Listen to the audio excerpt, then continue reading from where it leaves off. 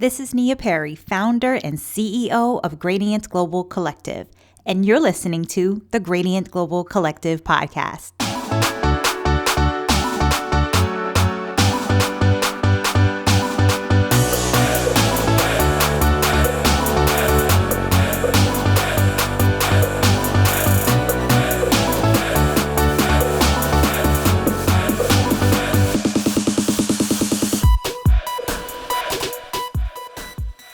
Hey listeners, so today I read a passage in my very favorite morning devotional, and whether you're a believer or not, I still think you'll find a word of encouragement, especially if you are going through a difficult time in your business or just in life, right?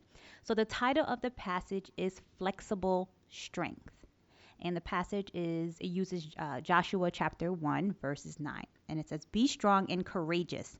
Do not be terrified. Do not be discouraged.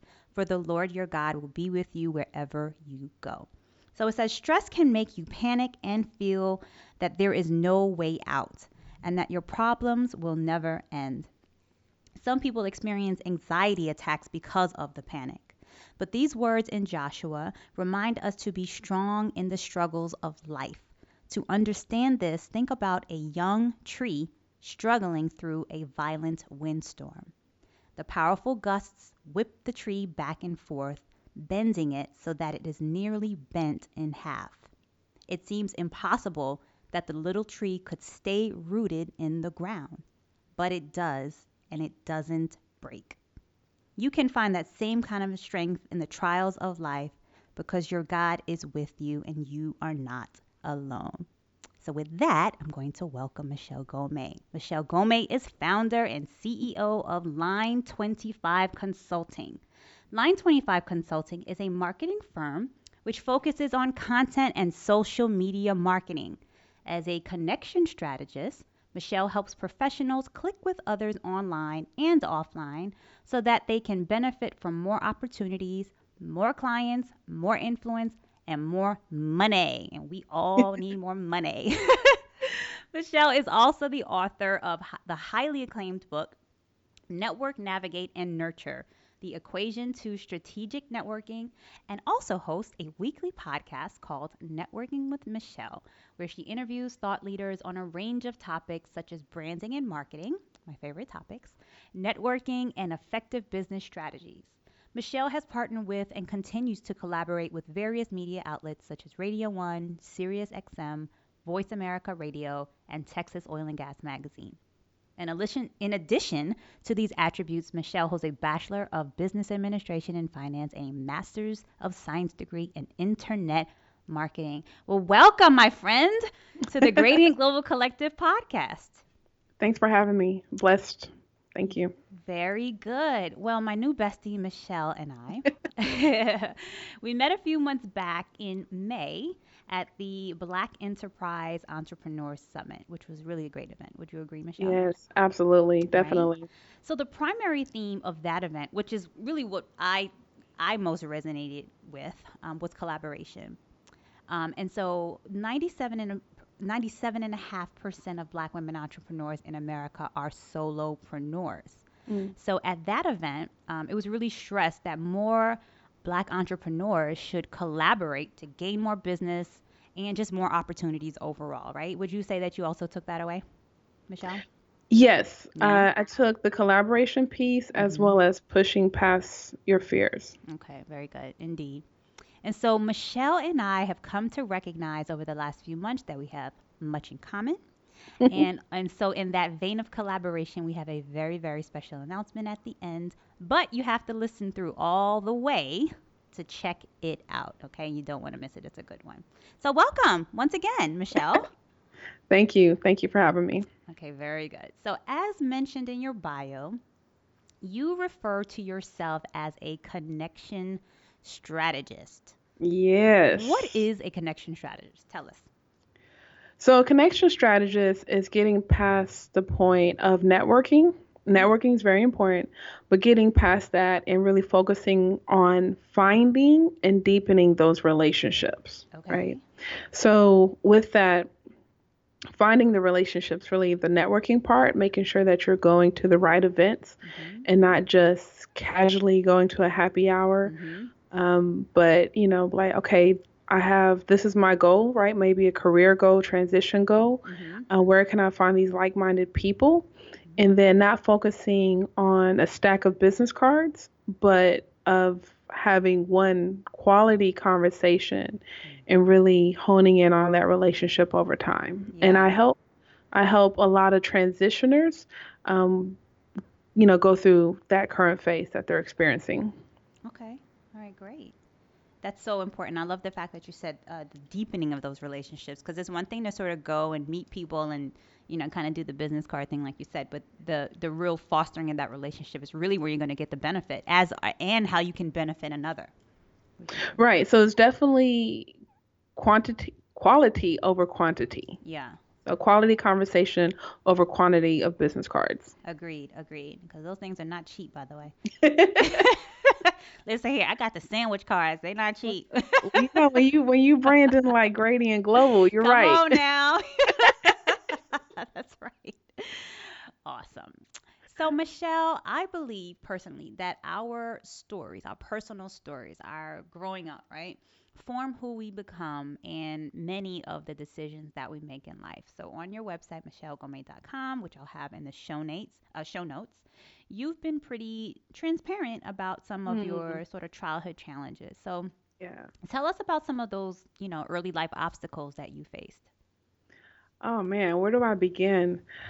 I think the most significant and ongoing one is the fact that my parents are from Cameroon in West Mhm. Africa, a country in Mhm. West Africa next to Nigeria. Okay. So just really being born and grown up in a culture difference. I was born in the States.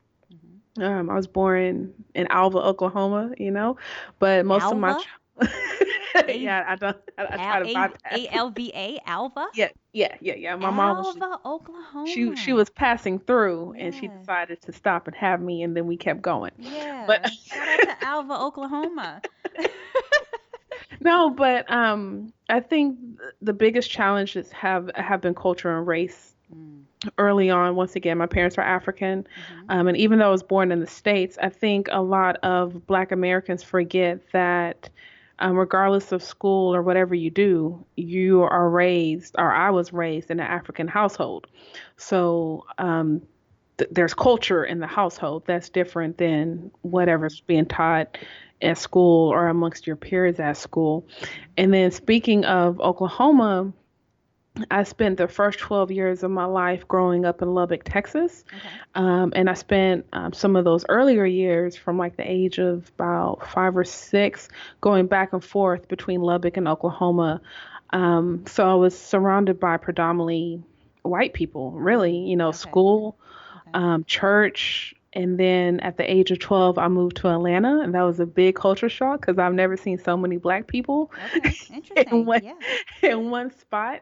And And I was Atlanta got a whole lot of black people too. everywhere, like That's right. oh, That's well. right. And I remember the first day of school, in North Plain Middle School. It was eighth grade, and all of the students we have to come in and just stay in the gym before they release us. And I was just like, OMG. It was crazy. And Mm. then, of course, I learned to appreciate it. But, those have been, I guess, the biggest challenges of just overcoming being picked on when I was younger, not being able to have healthy relationships with my parents at a young age because, my friends can do it. Why can't I? Mhm. And not just understanding those differences. If Sure. everyone jumps off the bridge, absolutely, because I don't want to be the last one. I don't want to be by myself. Okay. But I think now, obviously, as an adult, it's like, okay, I don't have to jump off the bridge with everyone else. I can find my own way. Right, right.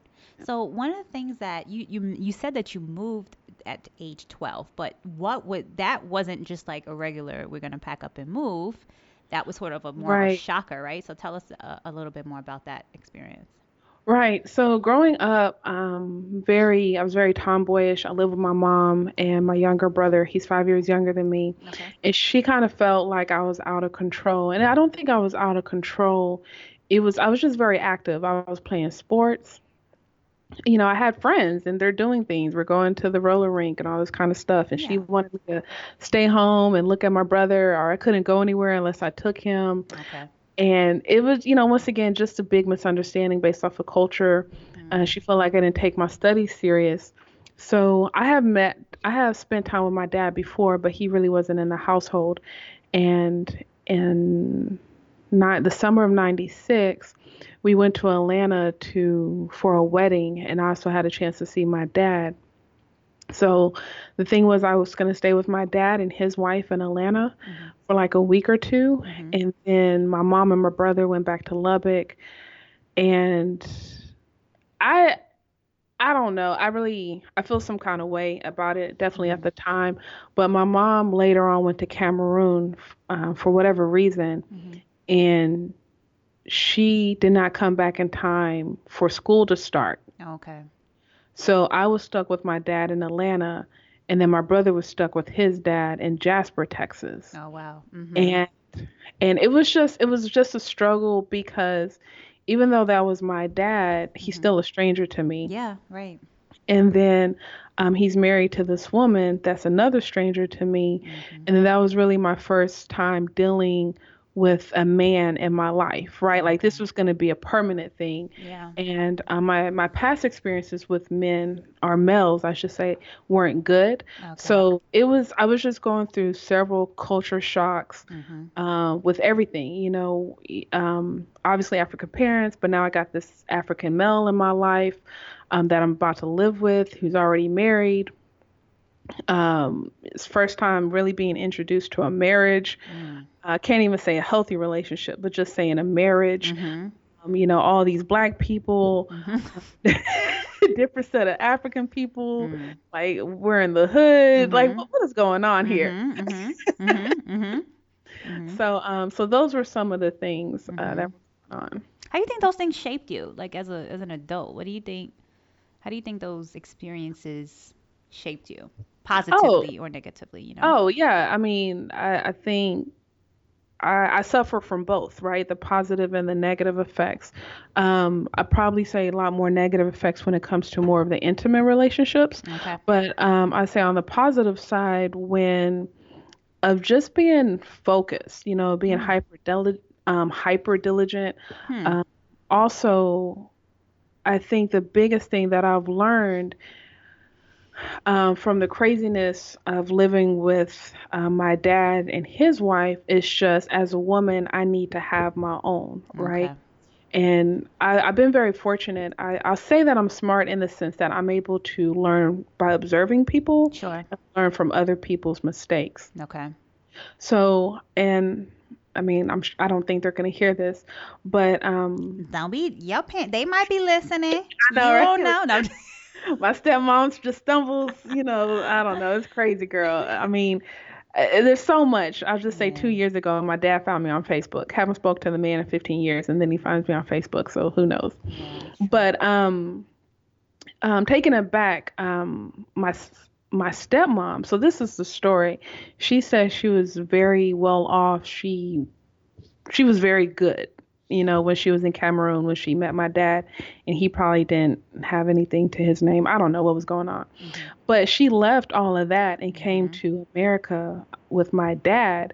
And I don't want to say she wasn't educated, but Mhm. sometimes that education doesn't translate from country to country. Sure. Sure. Right. Many So, immigrants experience that.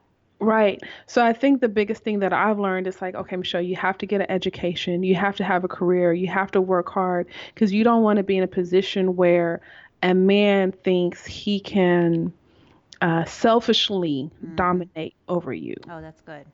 You know, um because I'm all for leadership, but Yeah. selfishly dominate, which turns into abuse Mm. in so many forms. Yeah.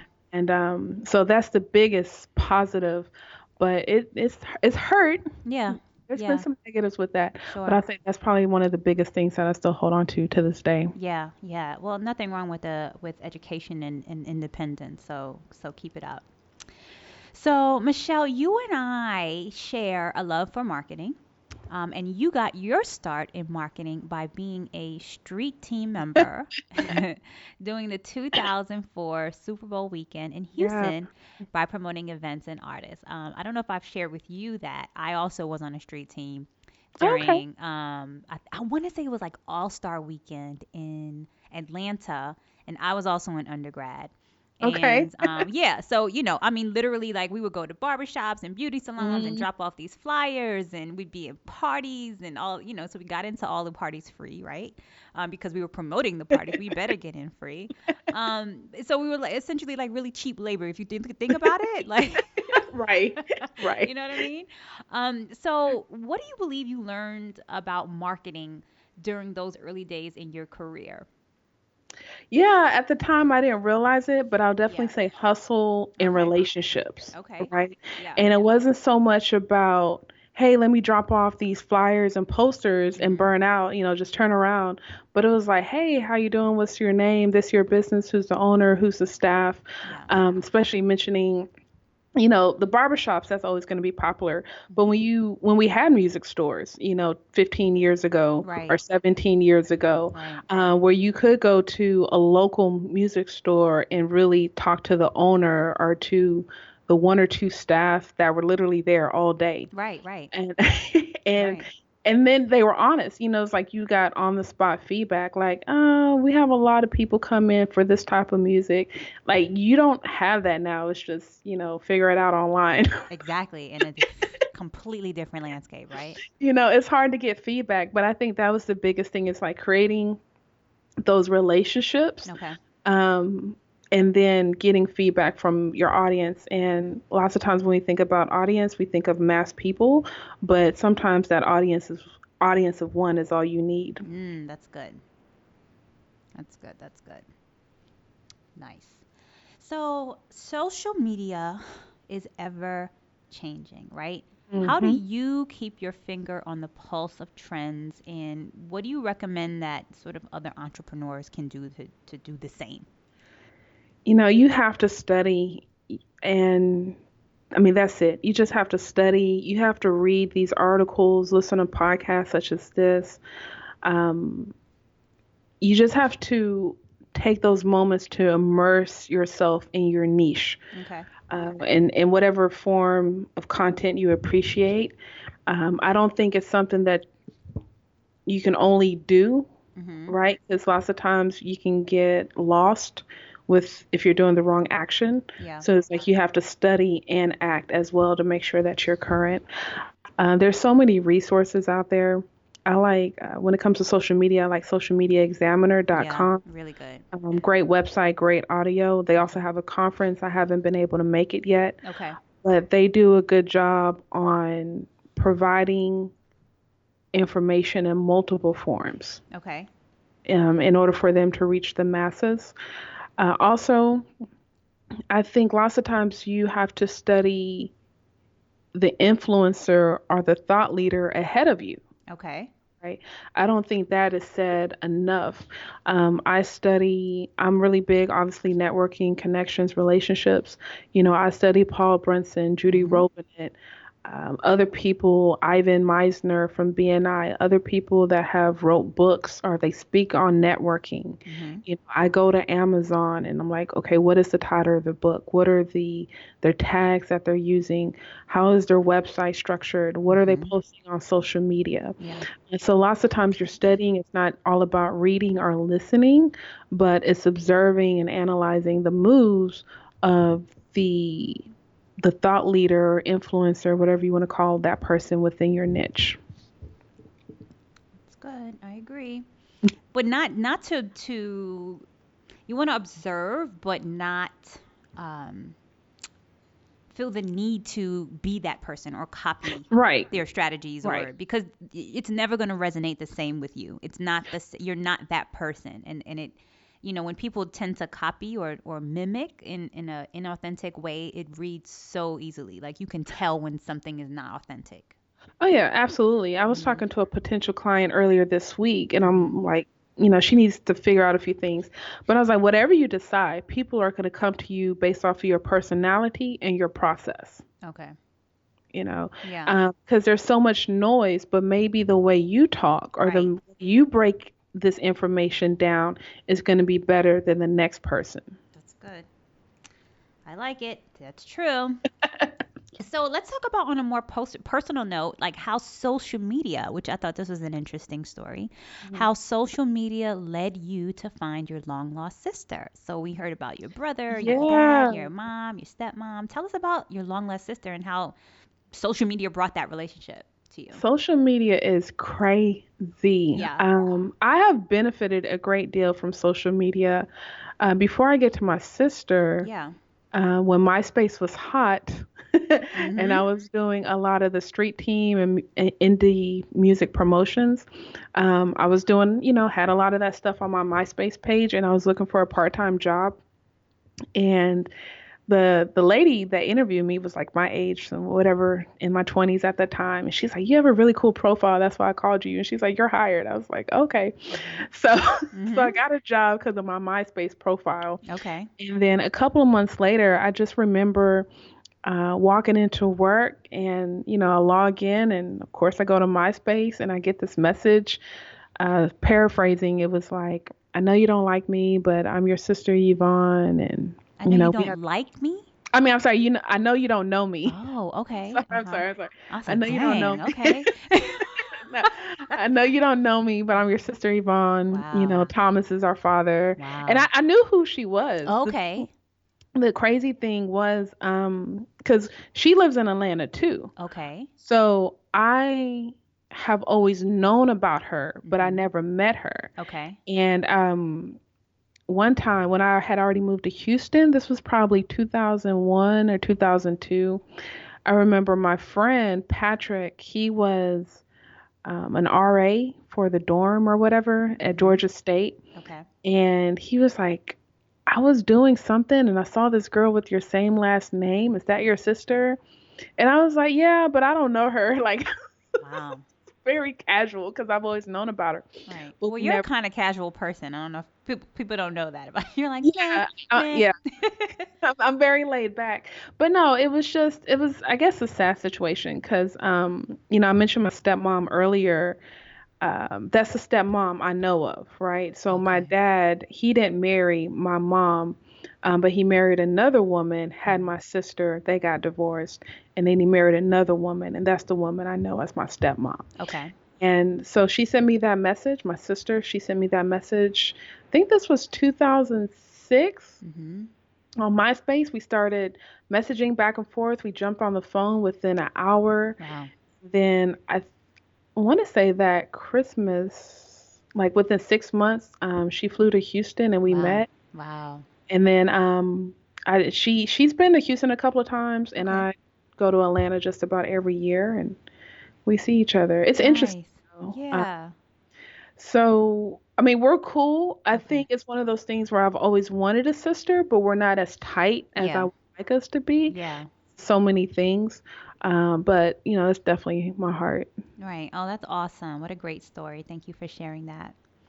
So you wrote, we're going to pivot a little bit. You wrote Yeah. your book, Network Navigate Nurture, the Yes. equation to strategic networking, really during a sort of a difficult time in your life. So tell us what was going on, if you don't mind, just a little high level, whatever you're comfortable with. And then how are you able to write in a time of significant stress and pressure?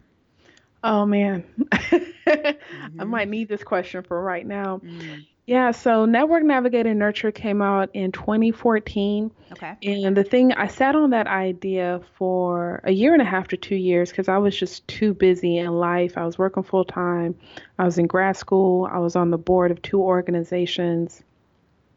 And great idea, but I'll get to it later. Mm-hmm. And basically, the book wrote itself in the sense that people would always come up to me and like, "Michelle, how do you know so many people? Mm-hmm. You're always at an event, da da da da da." Mm-hmm. And they were asking me questions. So the book is really based off of a lot of questions Okay. that I would receive from people, um, just through conversations, emails, events, or whatever the case may be. And in 2014, well, let me back up. October 2013, I decided to quit my job. I was like a month or two away from getting my grad degree, have money saved up, was going to quit my job and do this entrepreneurship thing. Mm-hmm. And, I had clients here and there, whatever, but it wasn't enough to sustain. And eventually, my money dried up. Mm-hmm. And I was faced with an option where I could have borrowed money to keep my apartment, or I decided to move out because my concern was, um, even though I can borrow money this month, what about next month? And I was so Right. close to finishing my lease. So I decided to turn in my keys. Okay. And it was very hard because at that time, I was 30, 31 years old or whatever. And my car is paid off. I have this apartment. I got this grad in 2 degrees. And it's like on paper, Mm-hmm. Mm-hmm. Yep. on paper, I got my stuff together. Right. Yeah. And I'm like, it was like, Michelle, this is the only thing you have and you can't keep it. Mm. You're Mm. 31 years old or Mm. whatever. And what Mm. do you have to, like, you can't keep your $1,000 apartment. What do you have to show Mm. for yourself? This is all mental talk. This is all Right. what you're, yeah, of course. Right. Right. Of course. And I have a big ego where my ego is tied to my money. So if my money's Oh. not right, a lot of things are probably not right with Mm. me. That's very Mentally. self-reflective of you. That's very Oh, honest of you. yeah. Oh, yes. Yeah. Self-awareness is key. Yeah. Okay. If you don't take nothing away, self-awareness is key. Yeah. But yeah, so I didn't have an apartment. I didn't have a place to stay for a while. And then So where were you something told staying, if you don't mind me asking? I stayed on a friend's sofa for a couple of days, my Yeah. best friend. Okay. And then eventually I stayed at a family friend's apartment. She had a 2 bedroom apartment, so I stayed in the extra bedroom Yeah. for about 6 months. And then Okay. I moved to my mom's house for about, I think, a year, or a little less than a year. Mm-hmm. But during that process of me moving, Mm-hmm. moving out of my apartment, it was like, Michelle, you need to write this book. Like, Okay. you're losing, I mean, even though an apartment is not an asset on paper, but in my mind is like, you're losing the biggest asset you have, Mm. and you need to write this book. Like, it kind of like you have nothing to show for yourself. Mm. Is if Mm-hmm. you write this book, you have something to show for yourself. Okay. And it was just crazy how things were because I was applying for jobs like in January, February, March. I lost my apartment like May or June, like the end of May. Mm-hmm. And then as soon as the apartment goes, 2 companies hire me. Wow. I'm like, are you serious? Yeah. Interesting. Huh. Are you serious? Okay, Yeah. so now I have income. And one of the jobs I'm actually still there. It's been 4 years. Mm-hmm. And they're like, well, you have a master's degree. We're only paying you $7.25. Damn. And I was like, I'll take it. Yeah. And I'll talk about this later. But people have to understand it's like you need income before you can worry about cash flow. Mm. And at the time, I just needed some income. Mm-hmm. And then I got another job and I just made it work. And so when those checks came in, my thing was I didn't know how I was gonna afford to publish my book Okay. because I had rent. Like, rent was my biggest thing, and I had Right. no income. So now that I had 1,100 or just $1,500 cleared out, Mm-hmm. now I have the money to write my book. Okay. So whatever I was putting towards my rent, I just put towards my book. I wrote my book in like 6 weeks, sent it Wow. to the editor. Yeah, because it was crazy. I was writing at work. I took a job overnight um, because once again, I was worried about my living situation. Yeah. So I applied to a group home and I was like, well, I can work overnight. Wow. Because if I work overnight, at least I'm safe, right? Okay. I don't have to worry about being in a parking lot or anything creepy. I don't have to worry Mm. about where to go. I don't have to interfere with my friends. So I can work overnight. I'm in a house. I can do my laundry. I can eat. During Wow. the day, I can meet people, clients. I had like keys to my friends' apartments, like three of my friends. And you know how people say you can stay if you want, but it's like we have all of us. We have a one bedroom apartment. You know, if I'm Mm-hmm. here, Mm-hmm. I'm gonna wear out my welcome very quick. Right. But I was like, I know if they're at work from 8 to 5, I can crash on the couch, Okay. and I can leave before they get there. It was very strategic at the time. Mm-hmm. And I think once again, we worry about so much about the dollar amount because Mm. 725 is not a lot of money, but it's a lot when you don't have nothing. Mm. Able to leverage that 725. It's like, oh, well, I'm working in a home, right? I'm not working at an office. I'm Mm-hmm. working at a home overnight. Okay. There's food. There's a washer and dryer. I can Yeah. take a shower. Right. You So know, the cost, the benefits outweighed what the dollar amount was to you. right. Right. And I just stayed there and I Mm-hmm. wrote my book. I was Nice. working over graveyard. I just wrote my book at night, Wow. typed it up, and I just made it work. Yeah. That's an awesome story. I'm proud of you and I'm glad you did. So way to go. So in the book, you notate 4 steps to getting started with strategic networking. First, you define what networking is, then how to navigate the professional maze, how to navigate the digital space, and really how to nurture the leader. What does nurture the leader mean before I actually get into the real question I had for that? So What is nurture the leader? nurture the leader is about two parts: mentoring, the mentor-mentee relationship, Okay. as well as just service, volunteering, giving back to your community. Okay. That's good. I like it. Okay, so let me ask you this. So, what would you say to entrepreneurs or aspiring entrepreneurs and/or that may be listening, right? Provide them with tips on how to become an effective networker, not just how to network, but an effective networker, and why really strategic networking is so important. Right. So the reason why strategic networking is so important is because once again we talk about the transitions in your life, right? Lots Mhm. of times when we hang out with friends, we don't have an agenda. That's fine, right? Mhm. But if you know you want to go for that promotion, an internal promotion within your company, or Mhm. if you're looking for a new job, or maybe you're transitioning from employee to entrepreneurship, Mhm. there's an objective. There needs to be a strategy behind that. Like, how are you going to minimize this transition? And that's where the strategic networking or the strategic networking plan comes into play. And it's no longer about casually hanging out or casually networking at random places, but it's like, okay, if I want to go for this promotion, who is the hiring manager? Oh, okay, this is the hiring manager, and my company has an affinity group. Mhm. Maybe I need to start participating with that affinity group Mhm. so I can become close to her, Mhm. right? Or maybe I need to send that email and be like, hey, can I job shadow you one day?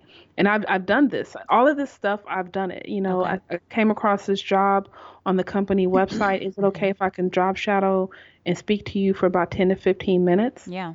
That's good. That way I can have a better understanding of the job before I apply. Yeah, that's good. And then when that application comes in, even though it's internal, at least they recognize your name, right? Sure. And I mean, whether they have someone in mind or not, Sure. Sure. so that's where the strategic networking comes in, and it's Mhm. about relationships. Because lots of times when people are looking for the job for a job, it's last minute. It's like, oh, I lost my job. Now, people sense that desperation, right? Mm. Whether you're at an event or it's the hiring manager at the interview, they sense that desperation. But if you're networking casually, well, I don't know if that's the right word, but Mhm. effectively over a long period of time, you can Mhm. shoot some emails, some phone calls, and be like, hey, this is my situation. Can you help me? So I like that idea for the entrepreneur, right? Because I think people you don't ever want to look like you're only asking when you need, and Right. I think we're all kind of guilty of that. Not Hmm. realizing it. It's the things that you learn along the journey of being an entrepreneur. But I like that concept for doing that even before you need someone, even as an entrepreneur, right? Would you agree? Like, can you speak to that a little bit? Oh, yeah, definitely. And Hmm. because that's the thing, so many people want to cash in chips immediately. Oh, that's good. And That's and a lots of tweetable girl. Hold on. Hold on now. And sometimes you have to wait. Like I know there's Mm, ideas I'm sitting on. yeah. Like Michelle, you just have to wait because it's such a big ask Yeah. Yeah. that if I'm not in full position, it can ruin Right. my reputation, That's right? good. And I don't think people think about that, thinking of what's in it for me. Like, oh, I need this client, give me this client, and what if something just goes bad, Yeah. right? Sure. Um, I don't think we think too far ahead, and you just long. I'm just so long term focused. Yeah. Just I'm willing to endure in the short term. But one thing is, I have to make sure I have a clean reputation. And I mean, that's your personal brand. Mm-hmm. Let's just speak to that. It's your personal brand. When you walk out of the room, what are people saying about you? Mm-hmm. And I'm very particular about who I connect with, Mm-hmm. or maybe I don't want the details. But like, okay, y'all two got running the same area. Y'all can help each other out. Mm-hmm. Um, but you just got to keep your reputation intact because when you lose your money and resources, people are banking on your name. Like I've seen Mm, Michelle or I've seen Nia done this before, and she's mm-hmm. done this for so long and she's consistent, Mm-hmm. she can do it again. Sure. But if you're like cashing in your chips early and you're burning bridges moments later, Yeah. it's never a good thing. Yeah. That's interesting. That's a good one. Thank you.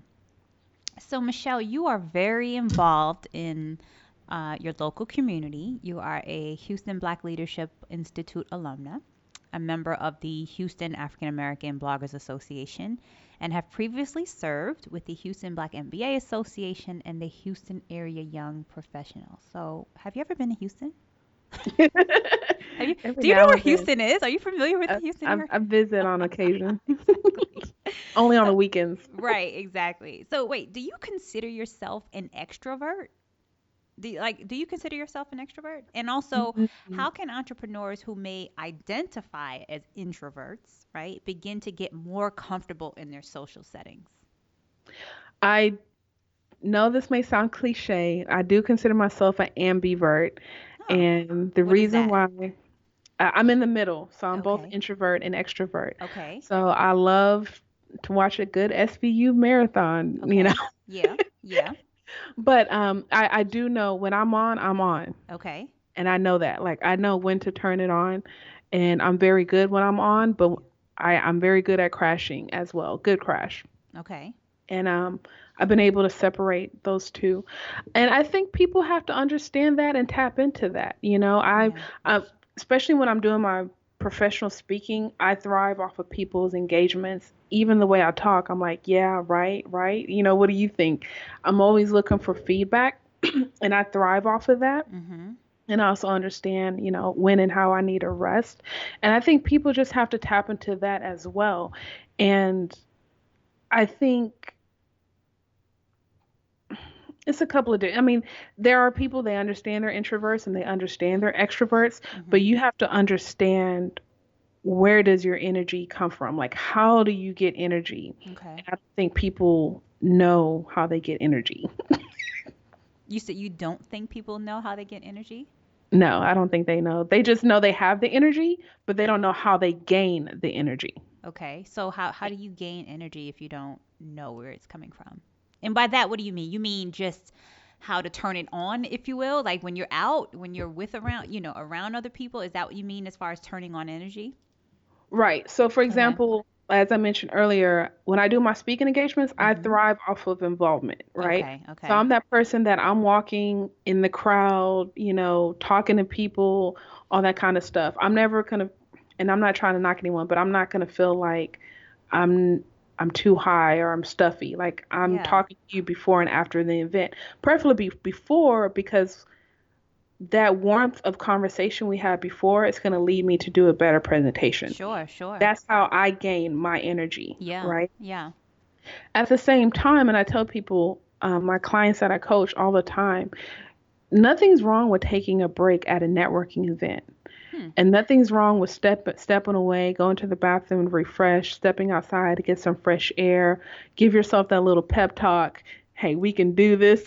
Mhm. Mhm. Mhm. Oh yeah, I know. And I think sometimes we just it's kind of like, and I'm an extremist, right? And I have no problem pulling from both sides. But you either have that person that's just sitting there in the corner and they're scrolling through Facebook, or you have the other person that's just working the room collecting cards Mm-hmm. and Not not having it engaging. right. Yeah. So, and if you're in the middle, that's fine. Just take a break, eat your Yeah. food, the snacks. It's okay, and jump back in there. Um, but once again, you have to figure out what is going to work best for you in order for you to be effective and efficient in Yeah. any setting, whether Yeah. it's networking, or even at work or in your business. Sure, sure. I always find like I go into events very intentional. Um, like what is my objective? My objective is usually my objective is to add value. Like how many people can I give a connection to or give a word to or something that it's an exchange. Then I'm not just seeking and seeking and seeking as opposed to what can I give to you as well. Right. And I think that that's what the Black Enterprise Entrepreneur Oh Summit yeah. really was. That was such an exchange of resources and encouragement, even at that level, right? Just it was just really strong sort of exchange oriented event, and I think that was a powerful takeaway from that. Yeah, and one thing I like about conferences, and especially now because of technology, you have the apps and you have all the attendees Mm-hmm. listed and sponsors listed on there. Mm-hmm. And social media with the hashtag, you can tweet before and Yeah. after the conference and all that Yeah. kind of stuff. Sure. So I think that does allow you to be more intentional at bigger events and conferences because so much information is available Yeah. versus going to, just a local meetup or whatever. Mm-hmm. But I think that's what my book is about. It's about value-based networking, Okay. right? Finding your value, or at least that's what the second book is trying to go deeper in, is finding your value, right? Because so many times we're looking for the nuggets, but we're Mm-hmm. not providing the nuggets, Oh yeah. So good. right? Because it's like, what's in it for me? I need. Yeah. But let's really have value-based networking where we both have something to offer in exchange, and we also have to get out of the habit of um, reciprocation can only be between me and you, me Mm-hmm. and me, right? Mm-hmm. Because we have, look, in what, 2 months, we have, I don't even think Latasha, shout out to her and her family, Latasha like, Norwood. Hey girl, hey. like Latasha she Norwood doesn't of even know what's her project El management company? Renee. L. Renee and Associates is the best project management company in the city of Houston, Texas. She can do global business. She can do national business. Get at Latasha Norwood of L. Renee and Associates. Free advertisement for you, my dear Latasha. She'll love it. Yes, blessings to her, the Yes. family, and the new baby. Yes. Yes. But like, so when we met, Hmm. I emailed her. I was like, You and thanks for I. the, yeah. Uh huh. I said, I emailed her. I said, thanks for the contact. Oh, But I nice. don't even think, like, does she know what we're plotting No, to take no, she has over no world idea. domination? She has no idea. Well, you know what? She kind of may know. And the reason why is because I feel like I high level mentioned it to you when we first met, and she was right True, there. true. So that's interesting. So yeah, yeah, yeah, yeah. But we'll get into that. Sorry for audience. I know you're like, what are y'all talking about? What do you let us in on the inside scoop? Oh, it's coming soon. Listen up. Keep listening. Right. But to Hmm. that statement, I think a lot of us, some people, I'll use myself an example, like, I'll be so focused, I can only help Latasha out. I can only help Latasha out. And then I'm missing this opportunity with Nia, Hmm. right? Right. So lots of times, that value is exchanged, whether, triangle, square, whatever you want to call it, Oh, that's good. and it's not always one dimensional. Yeah, that's good. Value exchange is not just dimensional. That's good. I like it. All right, Michelle, let's talk about your fabulous podcast, Networking with Michelle, which Thank you you. so graciously had me on very recently to discuss, of course, Definitely. all the behind the scenes Gradient Global, all things Gradient Global, why I love this company and how I got to this point. So thank you very much again. You're welcome. And you've interviewed many influencers, including Gary Vaynerchuk and Paul Brunson. and Nia Perry. I'm just kidding. Hey, We're absolutely. getting there. We're getting there. We're working on it Absolutely. one podcast at a time, okay? So Gary V, which is, not an easy get, as they say Mhm. in media, and Paul Brunson, which, as you were even speaking earlier, even on the value add networking, I feel like I've heard him also talk in those same veins. So I think you've got a great sort of you're mimicking in a sense, great other thought leaders. So I totally understand where you're coming from with the value add networking. So that's great. So what led you sort of to podcasting in the first place, and really what do you love most about it? Oh man, so many things had led me to podcasting. So when I wrote my book, Network Navigate in 2014, Hmm. I stumbled across podcasting because I was trying to promote my book. I thought I was gonna hit up different bloggers, and somehow podcast came up. And some of my earlier interviews, two people were like, "You should have your own podcast. There's so much information." Mm. And I believe anytime two people tell you something, that's a confirmation for you Hmm. to look into it, Okay, not necessarily do it, that's but good. to look into it. Mm-hmm. But when that was said amongst whomever gave me that great advice, things were just lining up, and I was able to get my podcast up and running in 90 days. Mm. And at that time, my main priorities were how can I increase my brand reach Okay. the cheapest way possible. Okay. And I know I have a lot of books in me, so it was like, how can I get this information and interviews and eventually create and repurpose content? Those were some of the Mm-hmm. main priorities at the time. Yes. Yes. As far as how, I think you said, how has it benefited, or what do Well, I what do like? you love most? I mean, and how has it benefited? Whatever you want to speak to in that respect, because you've done it quite a You while. know, once again, it's just the best decision I made in 2015, and it's a lot of work. Yeah. But at the same time, I feel like every time I interview someone, that's the interview I need to keep going. I feel Mm. that way when it comes to interviews and reading a book, right? Mm-hmm. And lots of times I don't need to read the whole book, but Mm. whatever I did read is what I needed at the time. Interesting. And that's how I feel about my interviews. Yeah. And there's been times when, and I'm kind of going through this right now, where I was like, man, I do not want to do an interview. And that person would just say something so valuable, something Yeah. so motivational to me Yes.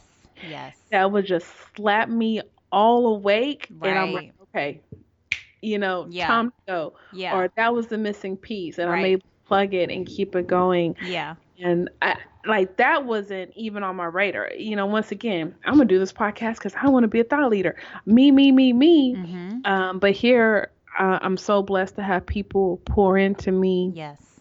on an ongoing basis, and Yeah. I don't even know if these people like realize how much they've blessed me. Mm. Not just with the interview, but now we're connected on Facebook, and Sure.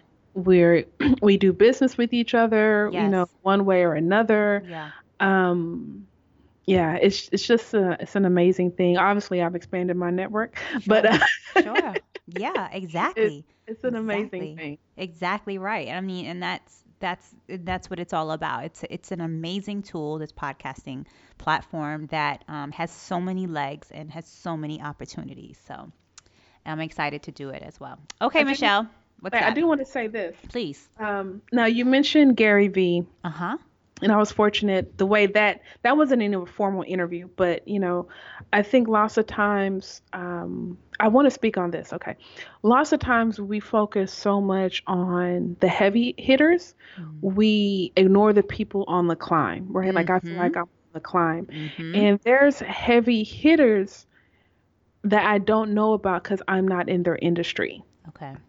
So, for example, I met Dr. Dion Metzger Okay. at a conference, and we Mm-hmm. were just talking, and Mm-hmm. she's a therapist, and she was like, "Oh, I'd love to be on your podcast." I was like, "Okay, girl, yeah, whatever." Mm-hmm. Mm-hmm. Mm-hmm. Like so casual. Mm-hmm. And then we did the interview, and when I posted it, and when I saw her reach, I Yeah. was like, Yeah. "What?" Isn't that something? I know. I know. I know. Like, wait a minute, who are you? Like, Mm-hmm. so, Mm-hmm. yeah, sometimes it's not just about, these top name people, Sure. but it's the people that are grinding it out right there with you. They're probably on the same playing field as you, but they're in a different industry. Okay. And we just got to be cognizant of that as well That's when it right. comes to building relationships. All right. Good stuff. So, Michelle, now it is time for our rapid fire round of questioning. We want Already? to already. We want to get beyond the business of it all and get to know a few fun but random facts about you. You ready? Sure. Okay, good, because you only have 30 seconds on my imaginary clock, so let's get to it. And you know what's so funny? I'm the biggest nerd and I crack myself up. So if no one else laughs at my lameness, I'm laughing at me. So, sorry. It's all good. I literally slapped my leg. Did you hear that? It's I hilarious. did. So, number one, finish this sentence. Oh, man. When I sing, I sound like. Drake, Nice, nice, nice. Number two, who has been the most influential person in your life? my brother. You must. Well, why? May I ask why? Because he's younger than me, so I've always known he's looked up to me, like Okay. literally as well as figuratively. And I Hmm. think at the end of the day, we have a relationship where we just get across to each other. Yeah, Yeah. very nice. So you must choose your age forever. Oh What man, age would you choose and why? 34, and I'm 34 right now, Okay. and I just feel like I have experience and I Mm-hmm. have my voice. Still That's good. figuring a lot of out, but it's just a sweet spot. Yeah, nice. Yeah. Very good. I like that answer. Would you rather be itchy for the rest of your life What? or sticky for the rest of your life? Oh my God. Would Either way, I look like I got a problem. it's a problem. It's a problem, okay? Would you Oh rather my be God. itchy for the rest of your life or sticky for the how gross are those? Oh So my God. gross. Oh, itchy. Okay. Why And I not get to sticky? see. I just. If I'm sticky, I already feel bad for the person that bumps into me. Oh, how considerate. How considerate. Nice, nice, nice, nice. Okay. Say this 3 times fast. 6 sticky skeletons. 6 sticky skeletons. Go. Six sticky skeletons. Six sticky skeletons. Six sticky skeletons. That was too easy for No, you. it wasn't. Yes, That it was was. a I lot like of a brain stumble on power. those questions. That was a lot of brain power. I know, right? I could feel the brain just moving, moving. So, Michelle, I'm very excited to finally get to the good stuff, right? Is everybody ready? Drum roll, Yeah, Michelle. I want to keep going. Oh, okay. Yeah, yeah, yeah. Go ahead. Okay, okay. Let's do a drum now. So, with that wonderful introduction to Michelle Ngome and her fabulousness and all of her great experience and her transparency and life story, I'm so grateful that you were with us today. But now is the time that I am so proud to announce that my friend Michelle Ngome and I, Nia Perry, have officially launched, drumroll, blackwomenpodcast.com. Woo, woo. Woohoo! Blackwomenpodcast.com. So Yeah. when we were both starting out, Michelle and I, we both really invested heavily in programs and products and instruction, right? On how to on all the sort of how to's in podcasting. And if you're a listener of podcasts like we are, and also you're African American, you're certainly not alone. According to the Pew Research Center, African Americans make up 16% of total podcast listeners. And this number has not only grown, but also over indexes from the US population, which is currently around 12% African American. So That's a fun fact. And if you're an entrepreneur or inspiring entrepreneur and really want to make a significant impact with your brand and really position yourself as a thought leader like Michelle has, you should definitely consider launching a podcast. Would you agree with that, Michelle? You want to add to that one? Absolutely. I mean, you set this up very nicely where I was able to talk about some of the ways I've benefited, and I just think sharing that information to the masses Yeah. is a great way to do so. Yeah, and do you feel like it has expanded your influence, and do you feel like you are seen Oh, as a leader in this space? absolutely. And I have been hesitant to monetize. I've been monetizing on through podcasting, Hmm. but I don't know. It's something about when people ask you questions, it like validates your expertise. Okay. Does that make sense? Sure, of course it does. Okay. So I'm excited that our first sort of digital event under the blackwomenpodcast.com name, which is right now open and available for you to go ahead and put your email address in. Stay in touch with us. Again, blackwomenpodcast.com. Stay in touch with us so that you are the first in line for our first free digital event. Again, it is free 99, right?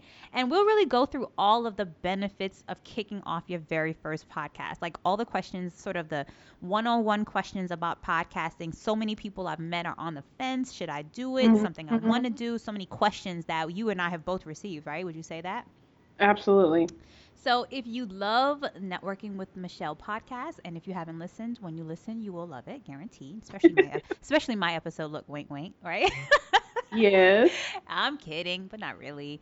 And love, and if you love the Gradient Global Collective podcast, you'll learn all the ins and outs of really how to start your own. And Michelle and I are so excited. We're so honored. We're so thrilled to be able to bring our experience, our expertise to you, our dear listeners.